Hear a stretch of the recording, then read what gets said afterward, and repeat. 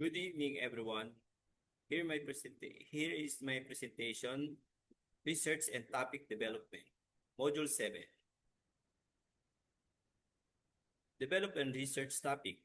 Develop means to grow, improve, or create something step by step.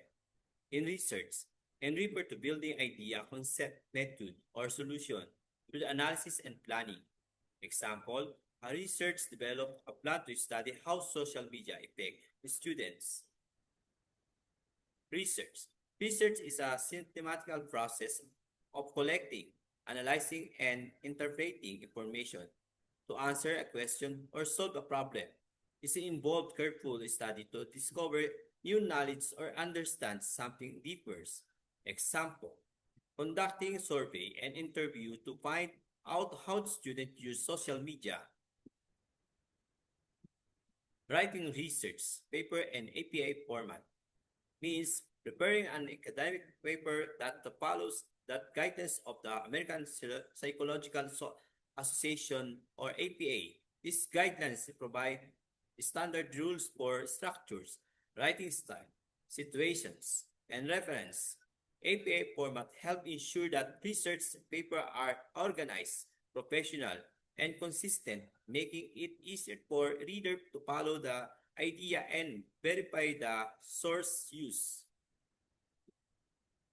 Example, short paragraph in APA style. Example paragraph.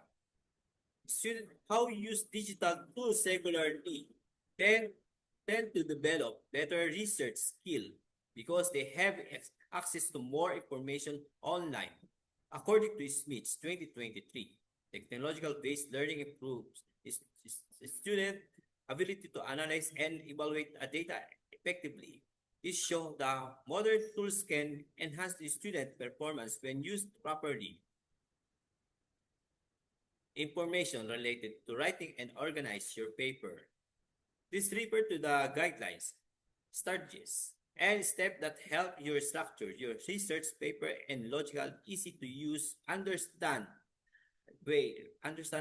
It include how to arrange section as introduction, body and conclusions, how to present idea clearly, how to maintain flow, and how to properly cite sources. Its purpose is to make a paper organized, current, and academical sound. Example description. In organizing and research paper, a student first write an introduction that present the topic and research question. Then, that student create a body section, explain the method, result, and discussion, and in clear paragraph. Finally, the paper end with conclusions summarizing the key finding. The students also use APA situation to support the idea. Example paragraph to organize a research paper effectively. Readers should begin with an introduction that captures the reader's interest and states the purpose of the study. The body of the paper must be arranged into the section that explain the method, result, and interpretation. Finally, the conclusion should summarize that main point that highlight the significance of the finding, proper situation, and reference must also be included to ensure academic credibility. Writing style tips. Writing style tips refer to the guidelines that help improve the clarity, tone, and effectiveness of your writing.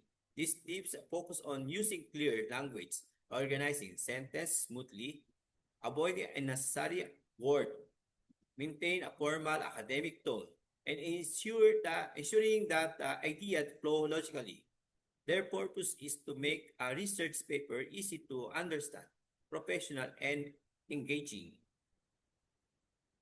Citing your source. Citing your source, that means giving credit to author or materials you use in your research paper. It involves in mentioning where the information came from to reader can verify the fact, avoid plagiarism, and recognize the original creator. In APA format, situation appeared in the place. Number one, in text situation inside the paragraph. Number 2, reference this at the end of the papers. Proofing your papers. Proofing your papers or proofing mean carefully reviewing your writing to find and correct error before submitting it. This includes checking for mistake spelling, grammar, punctuation, formatting, clarity, and situation.